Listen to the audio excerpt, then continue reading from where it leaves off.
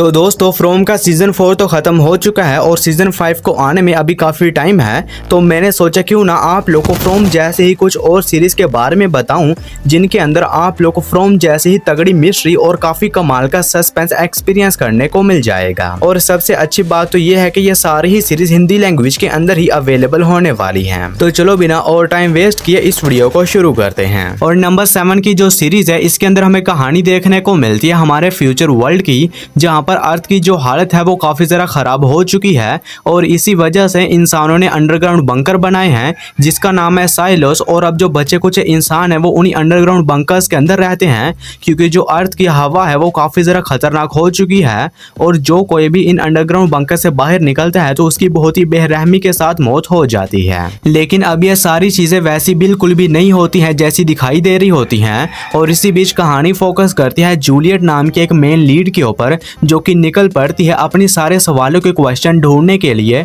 और इसे ऐसा लगता है कि अर्थ बाहर से पूरी तरह से ठीक है और इन सभी लोगों को इस बंकर के अंदर बंदी बना के रखा हुआ है। तो फिर इस कहानी में जूलियट के साथ क्या कुछ होने वाला है और क्या जूलियट का अंदाजा सही भी है या नहीं, यही सब कुछ जानने के लिए आपको इस बेहतरीन किस्म की मिस्ट्री सीरीज को देखना पड़ेगा। और इस सीरीज का नाम है साइलो जिसके कि 3 सीजन आ चुके हैं और ये तीनों ही सीजन आप लोग को एप्पल प्लस टीवी के ऊपर देखने को मिल जाएंगे। और इस सीरीज को रेटिंग मिले हैं 8.1 आउट ऑफ 10 IMDb पर। और नंबर 6 की जो सीरीज है इसके अंदर हमें कहानी देखने को मिलती है आर्टिकस नाम के एक बंदे की जिसके फादर अमेरिका के एक टाउन में जाते हैं और वहां पर जाने के बाद इसके फादर अचानक से मिस्टीरियस तरीके से गायब हो गए थे। जिसके बाद आर्टिकस भी अपनी एक कजन और अपने अंकल के साथ मिलकर अपने फादर को ढूंढने के लिए उसी टाउन में जाता है। लेकिन अब ये तीनों उस टाउन में जाने के बाद फंस चुके हैं। जिसके बाद आर्टिकस उस टाउन में अपनी इन्वेस्टिगेशन करना शुरू कर देता है ताकि ये पता लगा सके कि आखिर इसके फादर इस टाउन से अचानक से कहां पर गायब हो गए थे। लेकिन इसी इन्वेस्टिगेशन के दौरान आर्टिकस को उस टाउन के कुछ बहुत ही खतरनाक डार्क सीक्रेट्स के बारे में पता चलता है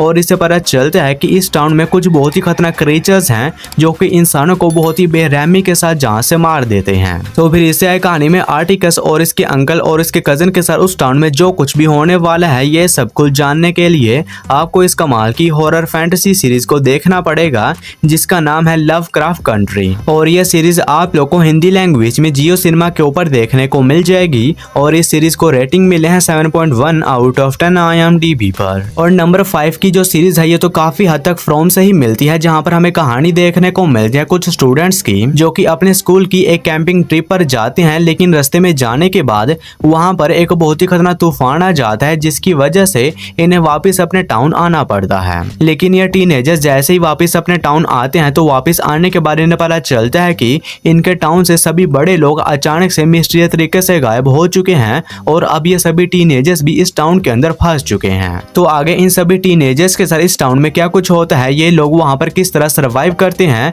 और आखिर इस टाउन से सारे बड़े लोग अचानक से कहां पर गायब हो गए और क्या ये टीनेजर्स इस टाउन से बाहर निकलने का कोई रास्ता ढूंढ भी पाते हैं या नहीं, यही सब कुछ जानने के लिए आपको इस कमाल की मिस्ट्री थ्रिलर सीरीज को देखना पड़ेगा जिसका नाम है दी सोसाइटी। और ये सीरीज हिंदी लैंग्वेज में नेटफ्लिक्स पर अवेलेबल है। इस सीरीज को रेटिंग मिले हैं 7.1 आउट ऑफ 10 IMDb पर। और नंबर 4 की जो सीरीज है इसके अंदर आप लोग को मिस्ट्री के साथ साथ काफी तगड़ा हॉरर भी देखने को मिल जाएगा। और इस सीरीज के अंदर हमें कहानी देखने को मिलती है 1960s में एक छोटे से टाउन डेरी की जहाँ के जो बच्चे होते हैं वो एक एक करके मिस्टीरियस तरीके से गायब होने लगते हैं। और इसी बीच कहानी फोकस करती है कुछ दोस्तों के एक ग्रुप के ऊपर जिनका एक दोस्त अचानक से ही मिस्टीरियस तरीके से गायब हो जाता है। जिसके बाद जो ये बाकी दोस्त होते हैं इन सभी के साथ भी कुछ बहुत ही अजीबोगरीब तरह की चीजें होने लगती हैं। तो आखिर इन सभी बच्चों के साथ ये सारी चीजें क्यों हो रही हैं, इस टाउन से बच्चे क्यों मिस्टीरियस तरीके से गायब हो रहे हैं, इस सब के पीछे की जो भी मिस्ट्री है वो सब कुछ जानने के लिए तो आपको इस कमाल की सीरीज को देखना पड़ेगा जिसका नाम है इट वेलकम टू डेरी। और ये सीरीज भी आप लोग को हिंदी लैंग्वेज में जियो सिनेमा के ऊपर ही देखने को मिल जाएगी।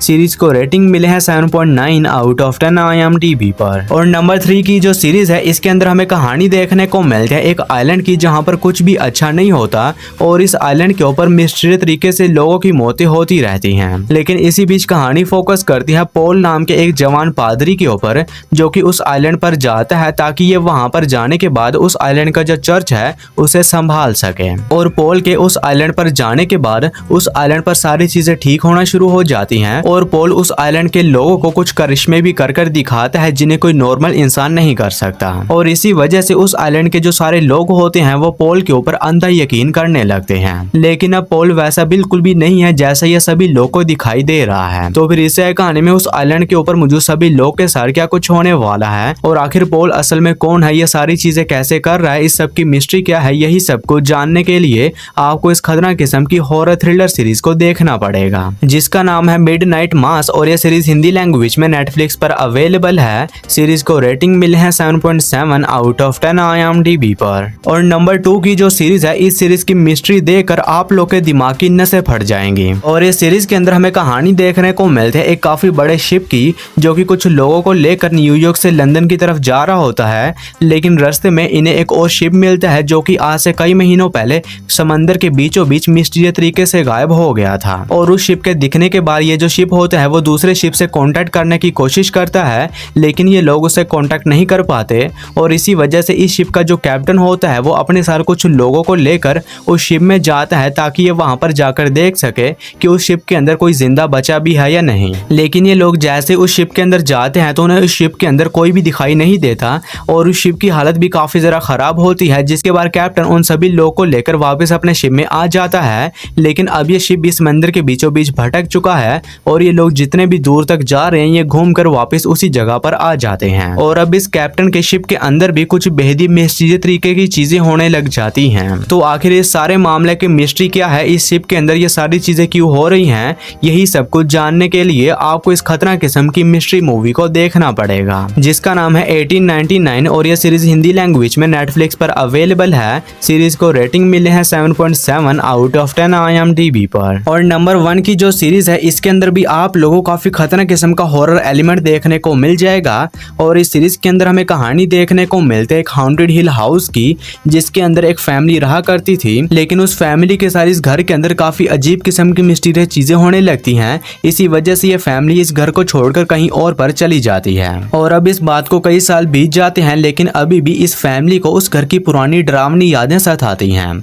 और इसी वजह से ये फैमिली ये डिसाइड करती है कि ये सभी लोग दोबारा से उस घर में जाएंगे और इस सब की वजह पता करेंगे कि आखिर इन सभी फैमिली मेंबर्स के साथ ये सारी चीजें क्यों हो रही हैं। तो फिर इस कहानी में इस फैमिली के साथ उस घर में क्या कुछ होने वाला है और आखिर उस घर की मिस्ट्री क्या है, यही सब कुछ जानने के लिए आपको इस बेहतरीन किस्म की सीरीज को देखना पड़ेगा, जिसका नाम है the haunting of hill house. और ये सीरीज भी हिंदी लैंग्वेज में जियो सिनेमा पर अवेलेबल है। सीरीज को रेटिंग मिले हैं 8.6 आउट ऑफ 10 IMDb पर। तो बस यार आज की इस वीडियो में इतना ही। तो मैं उम्मीद करता हूँ कि आप लोगों को मेरी ये छोटी सी वीडियो पसंद आई होगी, तो इसे एक लाइक करके मेरे चैनल को भी सब्सक्राइब कर लो।